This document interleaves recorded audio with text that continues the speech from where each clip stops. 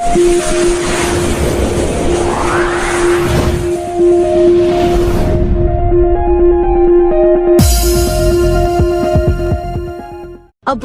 अपार जनसमूह के साथ प्रदीप जैन आदित्य ने किया नॉमिनेशन। आस्था और क्रांतिकारी को नमन कर हजारों की भीड़ के साथ जुलूस निकालकर भीड़ का शक्ति प्रदर्शन के साथ इंडिया गठबंधन के प्रत्याशी पूर्व केंद्रीय मंत्री ने अपना नामांकन पत्र जमा किया। इंडिया गठबंधन के झांसी ललितपुर लोकसभा प्रत्याशी प्रदीप जैन आदित्य ने लक्ष्मी गेट बाहर स्थित सिद्ध पीठ मां काली के मंदिर में मत्था टेकने के बाद मानिक चौक स्थित क्रांतिकारी चंद्रशेखर आजाद की प्रतिमा पर माल्यार्पण कर अपना नामांकन जुलूस निकाला। जुलूस में युवा जवान, बुजुर्ग, महिलाओं की खासी भीड़ देखने को मिली। भारी संख्या में भीड़ का सैलाब लेकर प्रदीप जैन ने शहर क्षेत्र के कई इलाकों में अपना जुलूस निकाला और आम जनता से वोट देकर विजयी बनाने की अपील के साथ कलेक्ट्रेट पहुंचे, जहां सुरक्षा की दृष्टि से लगी बैरिकेडिंग के पास जुलूस रोककर प्रदीप जैन अपने प्रस्तावकों के साथ कलेक्ट्रेट परिसर में दाखिल हुए और नामांकन पत्र जमा किया। नामांकन पत्र जमा करने के बाद बाहर आए पूर्व मंत्री ने कहा कि आज बुंदेलखंड और झांसी ललितपुर की जनता को अपना हिसाब लेने का समय आ गया है। पिछले 5 वर्षों का बुंदेलखंड की जनता बेरोजगार, नौजवान अपना हिसाब इस चुनाव में लेंगे। वहीं उन्होंने मीडिया के सवाल समाजवादी पार्टी में हुए अपराध पर कहा कि समाजवादी पार्टी की सरकार में जो अपराध होता था उससे ज्यादा इस सरकार में अपराध हुआ है। लोग परेशान हैं, किसी की सुनी नहीं जा रही। उन्होंने कहा कि इंडिया गठबंधन इस बार बड़ा चुनाव लड़ रहा है। इस दौरान समाजवादी पार्टी के पूर्व सांसद डॉक्टर चंद्रपाल सिंह यादव, मनीराम कुशवाहा सहित दर्जनों लोग उपस्थित रहे। झांसी से फास्ट इंडिया न्यूज के लिए संजीव गोस्वामी संजू की खास रिपोर्ट।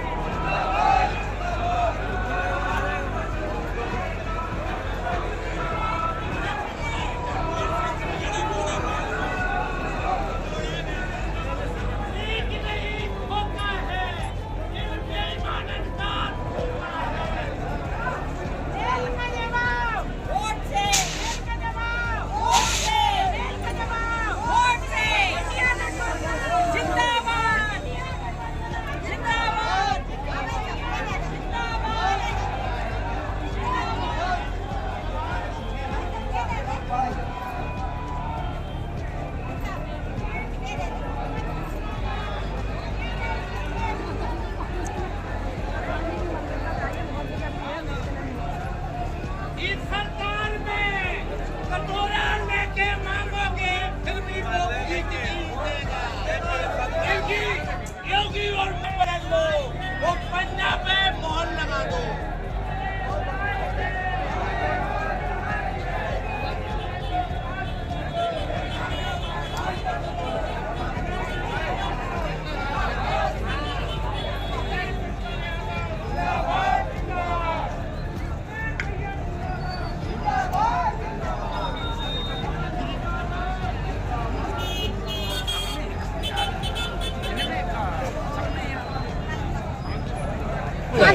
जनता चाहती है कि परिवर्तन हो। आज मैं समझता हूँ अपार भीड़, हम लोगों को रास्ते में चलने में समस्या हो, तो ये जनता की भावना है। ना बसों से लाई गई भीड़ है, ना पैसे दे करके लाई गई भीड़ है। कुछ लोग पैसे दे करके और बसों से बैठा के लाते हैं, उसमें भी बैठ के लोग नहीं आते। लोग अपने अपने साधनों से अपने अपने धूप में परेशानी झेलते हुए सारे लोग इकट्ठा हुए हैं। हजारों की तादाद में लोग इकट्ठे हैं और लोगों ने आज एहसास कराया है कि जनता परिवर्तन चाहती है और मैं समझता हूं कि आने वाले समय में परिवर्तन होगा। प्रदीप जी नामांकन करने जा रहे हैं, इसके बाद विजयी होने का विजयी होंगे आप लगता है? मैं समझता हूं कि मेरी ताकत अभी आपने ये सारे गठबंधन के नेता देखे और जनता है। ये चुनाव जनता लड़ रही।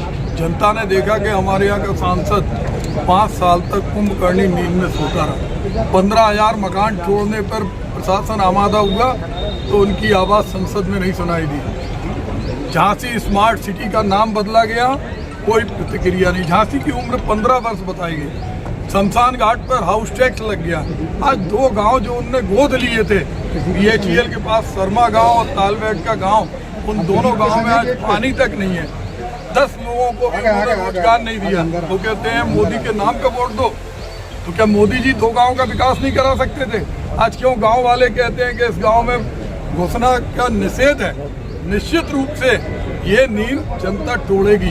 जनता चाहती है उनका प्रतिनिधि मालिक नहीं हो, प्रतिनिधि उनका सेवक हो, उनके चरणों का दास हो।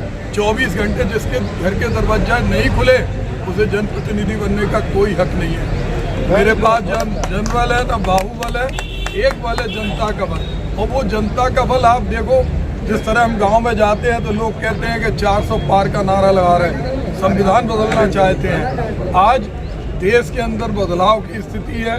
क्षेत्र के अंदर भी हम लोग जानते हैं कि रोटी जब लगातार तवे पे सिकती है एक ही तरफ तो वो जल जाती है। रोटी का पलटना जरूरी है।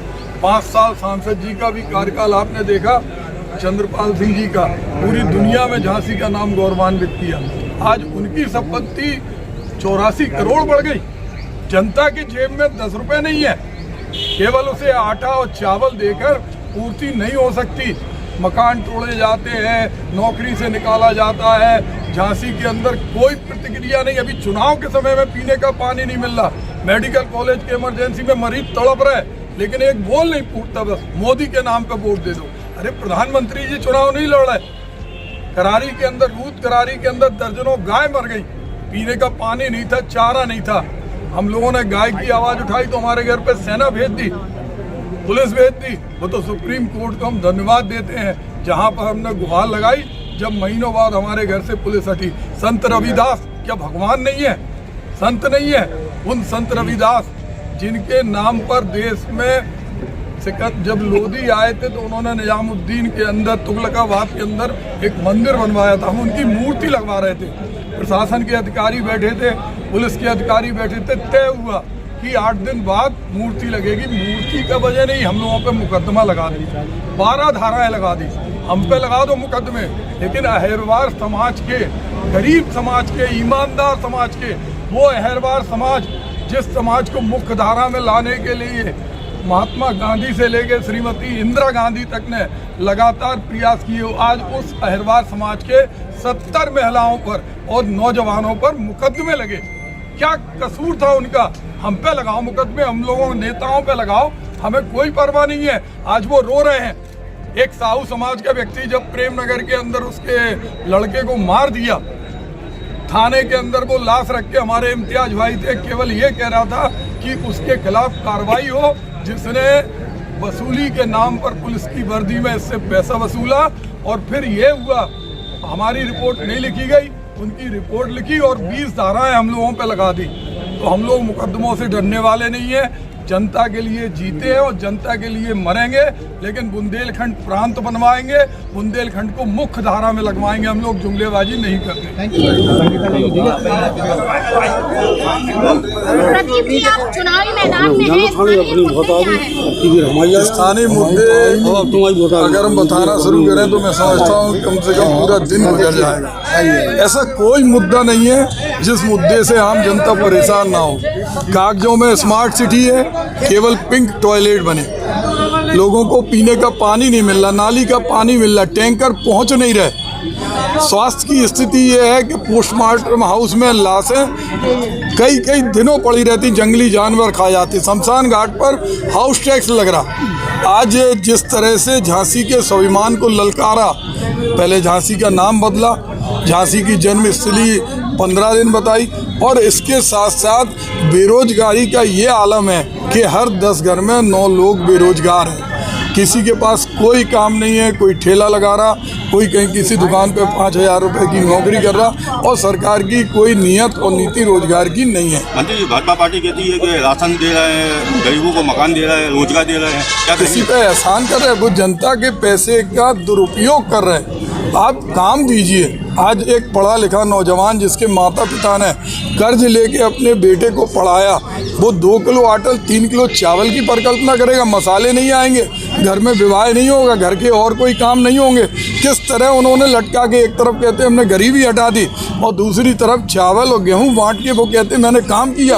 आप काम क्यों नहीं कर रहे? 2 करोड़ रोजगार दिए हैं। 2 करोड़ रोजगार उन्होंने कहा। घर में अगर आप पोंछा लगा रहे हैं तो रोजगार है, घर में आप बाथरूम में नहा रहे हैं तो आप प्लम्बर का काम कर रहे हैं, घर के अंदर अगर आप किचन के अंदर जा रहे हैं तो आप कुक हो गए। उनकी परिभाषाएं अलग हैं, उनकी परिभाषाएं रोजगार की ये नहीं है कि एक BA पास आदमी नौकरी मिले। कितने साल बाद पुलिस की नौकरी निकली थी? कितने साल बाद निकली? 51,000 पुलिस के सिपाही की नौकरी में 67,353 लोगों ने फार्म भरे, और उसमें भी ग्रेजुएट, पोस्ट ग्रेजुएट और डॉक्टरेट स्टूडेंट थे। अरबों खरबों रुपए सरकार की झोली में डाले, किसी भी जगह रुकने का इंतजाम, प्लेटफॉर्म पे पड़े रहे लोग, वो लोग शहर में धक्के खाते रहे, पीने का पानी नहीं मिला, बाद में पेपर लीक करा दिया। तो क्या रोजगार दिया इनने? क्यों लोग सुसाइड करते हैं? ऐसा कोई दिन नहीं जाता जिस दिन बुंदेलखंड में लोग आत्महत्या नहीं करते हों, क्योंकि इन्होंने रोजगार छीना है।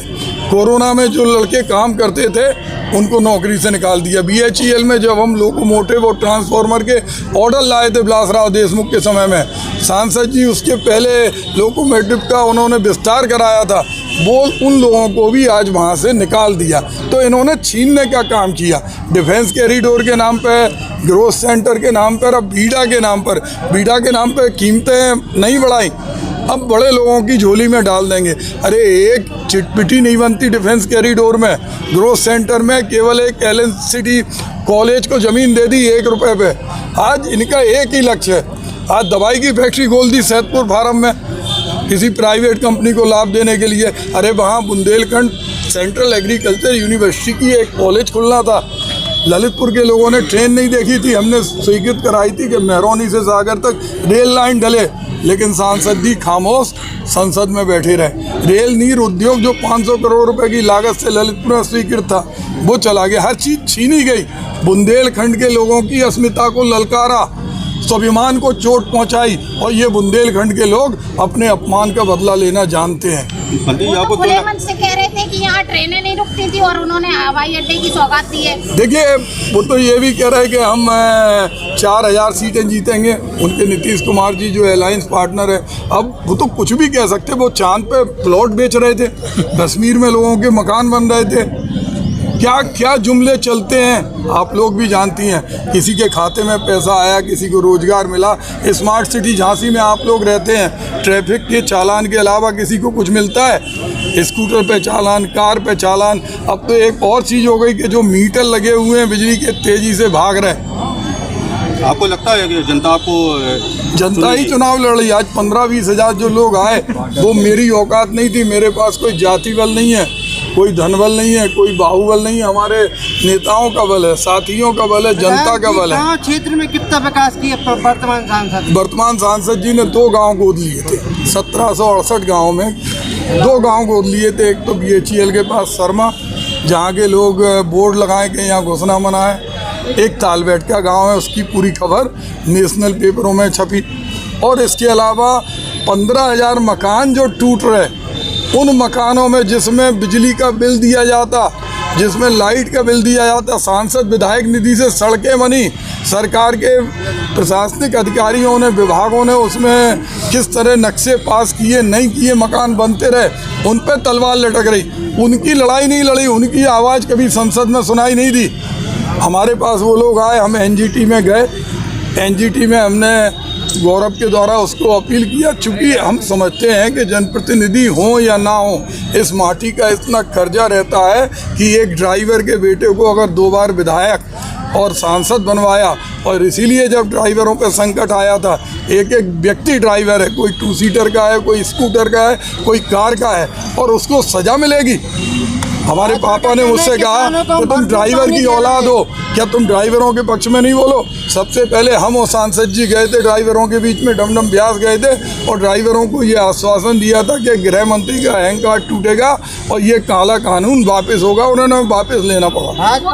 किसानों को भरपूर पानी दिया जा रहा है गाँव में। हर नल जल योजना की स्थिति ये है कि माँ की कोख से जन्म लेने वाला एक बच्चा 1 लाख से ज़्यादा का कर्जदार हो गया।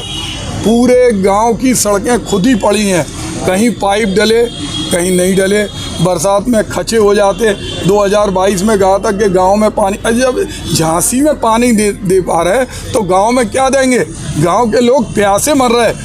कितनी गाय मर गई आज रुंद करारी के अंदर, JCB से उसे दफना दिया। मिट्टी खोद के देखो, उसमें पानी के अभाव में, चारे के अभाव में।